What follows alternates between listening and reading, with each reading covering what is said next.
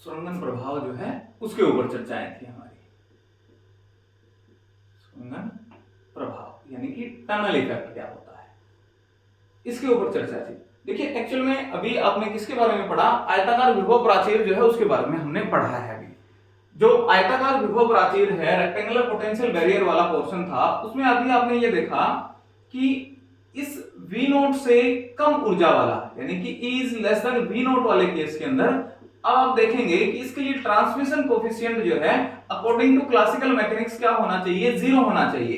किसके according, according to classical. इसका मतलब क्या है, इसका मतलब सिंपल सा ये है कि पार्टिकल को रीजन फर्स्ट से रीजन थर्ड के अंदर जाना ही नहीं चाहिए, और जो स्वाभाविक भी है। मैंने अभी आयताकार विभव प्राचीर वाले हिस्से में आपको इसके बारे में बता दिया है। अब देखो इसके बाद वाला पोर्शन क्या है, सुरंगन प्रभाव क्या कहता है कि there will be a finite probability to finding the particle finite probability to transmit the particle from region first to region third, यानी कि रीजन प्रथम से क्षेत्र तृतीय के अंदर जाने के लिए या जाने में इस कण के पास संभावित या एक तरीके से परिमित मान की प्रायिकताएं जो है वो भी उपस्थित हैं। ये प्रायिकता क्या होती है, टी का मान 0 नहीं होने की घटना जो है अकॉर्डिंग टू क्वांटम आपको क्या कहती है, according to quantum t is not equal to 0, और इसके लिए इसकी पॉजिटिव और फाइनाइट वैल्यू मिल जाने की जो घटना है, यही घटना आपकी क्या कहलाती है, सुरंगन प्रभाव जो है वो कहलाती है। और सुरंगन प्रभाव का जो सबसे अच्छा एग्जांपल है वो है अल्फा डीके। अल्फा छह वाला जो पोर्शन है, अल्फा डीके जो है वो सुरंगन प्रभाव का सबसे अच्छा एग्जांपल है, जिसके अंदर आपने किसको देखना है, जिसके अंदर आपको क्या मिलेगा, इस तरह की कंडीशन मिलेगी। अल्फा डीके वाला पोर्शन जो है उसमें आपको इस तरीके का एक डायग्राम मिलेगा, जिस डायग्राम के अकॉर्डिंग जब आप इसको क्या करते हैं, सोल्व करते हैं, तो आपको इस तरीके का एक डायग्राम जो है वो आपको प्राप्त हो जाता है। यहाँ हम इसके लिए इसकी पोटेंशियल एनर्जी कैलकुलेट करते हैं, और उसको पोटेंशियल एनर्जी को कैलकुलेट करने के बाद में कुछ एक चीजें जो है वो यहाँ देखी जाती हैं। इसका भी अध्ययन आपको करना है, या फिर ये भी पोर्शन इसी के साथ जो है वो पूछा जा सकता है। यानी कि ये पूछेगा कि सुरंगन प्रभाव क्या होगा, वो लिखिए, तो ये बता सकते हैं कि आपकी कि E इज लेस देन वाली कंडीशन के अंदर, V नोट वाली कंडीशन के अंदर, मतलब जो ऊर्जा जो है वो विभव प्राचीर की जो ऊर्जा है उससे कम मान की ऊर्जा का कण भी उसको पारगमित करके तीसरे क्षेत्र के अंदर प्रवेश कर जाता है। ये घटना जो है उसकी, या टी की वैल्यू पॉजिटिव और फाइनाइट प्राप्त होने की जो घटना है, सुरंगन प्रभाव कहलाती है। और इसका अध्ययन जो है वो कहाँ किया जाता है, अल्फा डीके वाला पोर्शन जो है वहां इसका अच्छा अध्ययन किया जाता है, वहां इसके बारे में ज्यादा पढ़ा जाता है। अल्फा डीके जो है उसमें इसको अच्छी तरीके से आप पढ़ सकते हैं। ये आपका सुरंगन प्रभाव कहलाता है। इसका लास्ट टॉपिक था, यूनिट नंबर आपकी जो भी है, थर्ड यूनिट जो है उसके अंदर।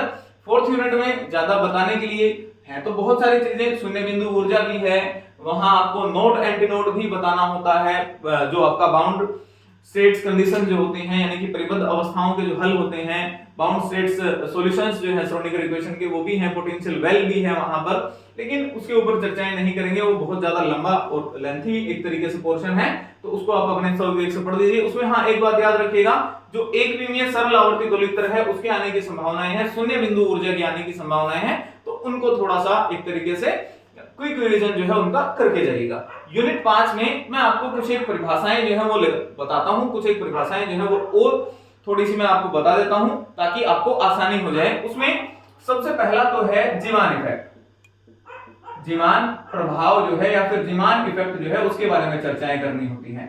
जीमान इफेक्ट जो है वो क्या होता है, अकॉर्डिंग टू दिस फिनोमेना हमें क्या देखना होता है, आपको ये पता है कि किसी भी एटम के अंदर जो इलेक्ट्रॉन है वो किन्हीं ऊर्जा स्तरों के अंदर एक तरीके से क्या रहते हैं, उपस्थित रहते हैं, और इन ऊर्जा स्तरों पर जीमान के अकॉर्डिंग या जीमान प्रभाव के अनुसार अगर हम एक्सटर्नल मैग्नेटिक फील्ड जो है वो अप्लाई कर देते हैं, बी वेक्टर अगर हमने यहाँ इसके ऊपर क्या कर दिया, अप्लाई कर दिया, यहाँ मैग्नेटिक फील्ड यहाँ कोई अप्लाई कर दिया, तो ऐसी स्थिति में वो जो ऊर्जा स्तर है, जैसे ये एक ऊर्जा स्तर है, इसके ऊपर हमने मैग्नेटिक फील्ड जो है बी वेक्टर को अप्लाई किया, तो ये क्या कर जाएगा, स्प्लिट हो जाएगा, यानी कि विभाजित हो जाएगा।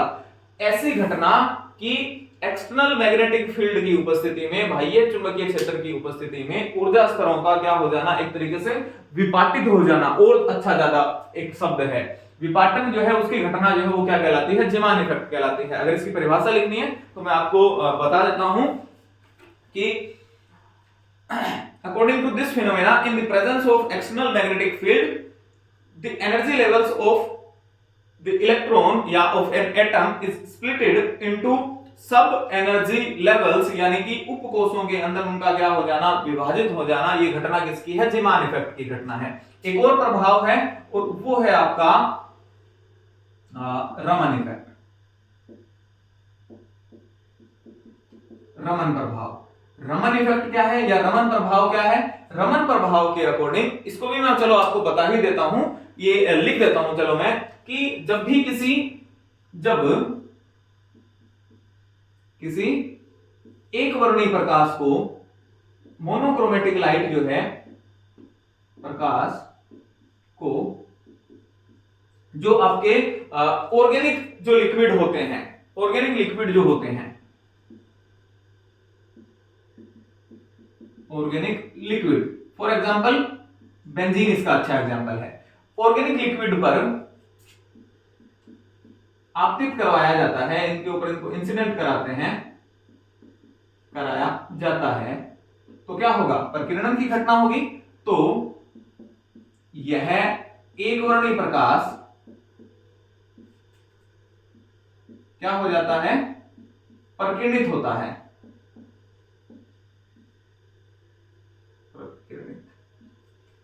स्कैटर्ड होता है, प्रकीर्णित होता है तथा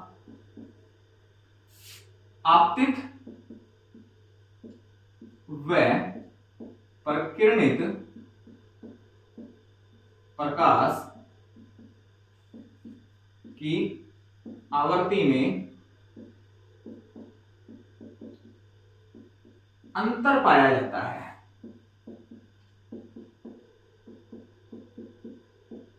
यह घटना क्या कहलाती है? आपका रमन प्रभाव कहलाती है, या ये रमन प्रभाव से संबंधित जो है वो एक आपकी घटना जो है वो कहा जाता है। इसको भी याद रख के चलिएगा।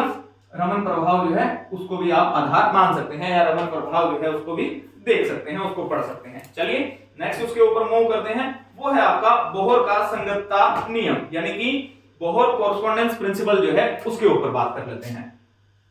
तो लास्ट चल रहा है, अंतिम क्षण है, तो जैसे भी मिल रहा है वैसे वैसे मैं आपको बताता चल रहा हूं। बोहर संगतता नियम, बोहर का कॉरस्पॉन्डेंस प्रिंसिपल, ज्यादा कुछ नहीं है, सिंपल सी बात याद रखिएगा। बोहर की संगतता नियम के अनुसार जब भी हम बड़े से पैमाने के ऊपर बात करते हैं, यानी कि एक लार्ज स्केल के ऊपर, वृहत मानों के ऊपर चर्चा करते हैं, बड़े पैमाने के ऊपर जब चर्चाएं करेंगे, तो ऐसी स्थिति में the results of quantum mechanics and the classical mechanics correspondent to each other, classical और quantum results should be match, क्या कर जाते हैं? एक दूसरे से मैच करने लग जाते हैं, एक दूसरे को एक तरीके से एक दूसरे को सही साबित करने लग जाते हैं, या दोनों एक दूसरे के ऊपर निर्भरता जो है, निर्भरता तो नहीं कह सकते, एक तरीके से दोनों एक दूसरे के संगत जो है वो हो जाते हैं। तो ये क्या है? आपका बोहर की संगतता नियम है। और इस बोहर की संगतता में अगर आपको सिंपल सी डेफिनेशन पूछी जाती है 1.5 नंबर में, तब तो आप ये लिख सकते हो। अगर ये क्वेश्चन आपको 3 नंबर के अंदर पूछा जाए, तो ऐसी स्थिति में 2 चीजें आपको सोल्व करनी पड़ेगी यहां। एक तो सिंगल इलेक्ट्रॉन एटम जो है उसकी एनर्जी वगैरह का कुछ पोर्शन जो है वो यहां आपको सोल्व करना पड़ेगा। दूसरा, जो एंगुलर मोमेंटम है, यानी कि जो आपका कोणीय संवेग है L या J, जिससे भी आप लिखते हैं, उसके आधार पर इसको भी आपको क्या करना पड़ेगा? सोल्व करना पड़ेगा। ये आपकी बोहर की संगतता नियम है, या फिर बोहर कॉरस्पॉन्डेंस प्रिंसिपल जो है वो इस तरीके से कहा जाता है। 2 चीजें और बताने वाला हूं। एक, हाँ याद रखिएगा, याद आ गया मेरे, सेकंड यूनिट के अंदर कला वेग और समूह वेग है, इस तरीके से नाम करके एक टॉपिक है, कला वेग और समूह वेग, फेज और ग्रुप वेलोसिटी से संबंधित एक आपका टॉपिक जो है वो भी आपको देखना है, या फिर वो टॉपिक जो है वो भी यहां देख के चला जाइएगा। कला वेग का मतलब, अगर एक सिंगल वेव की बात है, उसकी वेलोसिटी है तो वो कला वेग। अगर बहुत सारी तरंगे जो है वो मिलके एक दूसरे पर अध्यारोपित होकर किसी समूह का निर्माण कर ले, तो ऐसी स्थिति में उस समूह का जो वेग होगा वो आपका क्या कहलाएगा? समूह वेग या ग्रुप वेलोसिटी जो है वो कहलाएगा। 2 चीजें और हैं, एक तो है घूर्णन स्पेक्ट्रम, घूर्णन स्पेक्ट्रम, घूर्णन स्पेक्ट्रम, और एक है आपका वर्ण नियम। ये दोनों चीजें हैं, एक साथ साथ मिल जाएंगी आपको आपकी बुक में, उनको पढ़ लीजिएगा। देखिए घूर्णन स्पेक्ट्रम जो है वो क्या होता है, जब भी डाई एटॉमिक की बात होती है, डाई एटॉमिक मॉलिक्यूल्स जो है उनके बारे में चर्चा करते हैं। पहली बात तो ये कि घूर्णन कब होगा, जब आपके पास डाई एटॉमिक होंगे, सिंगल एटम तो घूर्णन कर ही नहीं पाएगा। तो डाई एटॉमिक की बात होती है, और जब ये घूर्णन करते हैं तो घूर्णन के फलस्वरूप आपको क्या पता है, ये पता है कि ऊर्जाएं जो है वो रिलीज होंगी, और ऊर्जा का जो रिलीज ये होता है वो होता है फोटोनों के रूप में, फोटोनों की एक तरीके से अवस्था के रूप में वो ऊर्जा जो है वो रिलीज होती है। इस फोटोनों के उत्सर्जन या अवशोषण के दौरान, या फिर एक तरीके से जैसे वो रिलीज होंगे या तो अवशोषण होगा या एक तरीके से उनके द्वारा उत्सर्जन किया जाएगा, इन्हीं दोनों घटनाओं में जब ऊर्जा का ये आदान प्रदान होता है, फोटॉन्स जो है वो एक तरीके से आदान प्रदान किए जाते हैं, तो जो स्पेक्ट्रम बनता है उसको क्या कहते हैं आप, घूर्णन स्पेक्ट्रम जो है वो कहा जाता है। घूर्णन स्पेक्ट्रम जो है कब बनेगा, जब रोटेट करेंगे, रोटेट करने के फलस्वरूप जो है ऊर्जा का आदान प्रदान होगा फोटोनों के रूप में, और ये ऊर्जा का आदान प्रदान होने के पश्चात या फिर जो ऊर्जा का आदान प्रदान है उसके फलस्वरूप जो स्पेक्ट्रम बनेगा वो आपका क्या कहलाएगा, रोटेशनल स्पेक्ट्रम जो है वो कहलाता है। वर्ण नियम या सिलेक्शन नियम, ये क्या होता है, ये क्या बोला है, ये भी डाई एटॉमिक के लिए है, और किसके अंदर, जो आपका डाइपोल होते हैं, स्थायी द्विध्रुव होते हैं, परमानेंट डाइपोल जो होते हैं, उनके अंदर द्विध्रुव आघूर्ण आपको पता है पाया जाएगा। घूर्णन स्पेक्ट्रम जो है वो भी डाई एटॉमिक की एक तरीके से मैंने अभी बताया कि डाई एटॉमिक के ऊपर आधारित है, या डाई एटॉमिक जो है एटम्स वो उनको प्रदर्शित करते हैं।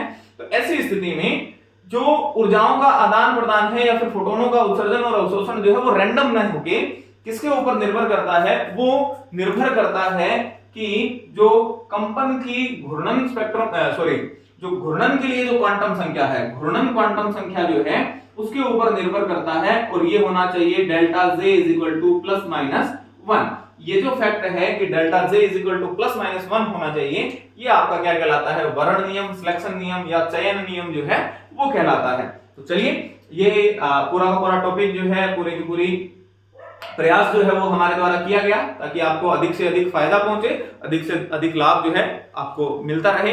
मां शारदे हम पर इसी तरीके से अगर कृपा बनी रही तो आगे की कक्षाएं जो है वो भी आपका हम संपन्न कराने की कोशिश करेंगे। तब तक के लिए बहुत बहुत धन्यवाद आप सभी का, बहुत बहुत शुभकामनाएं आपको कल के पेपर के लिए।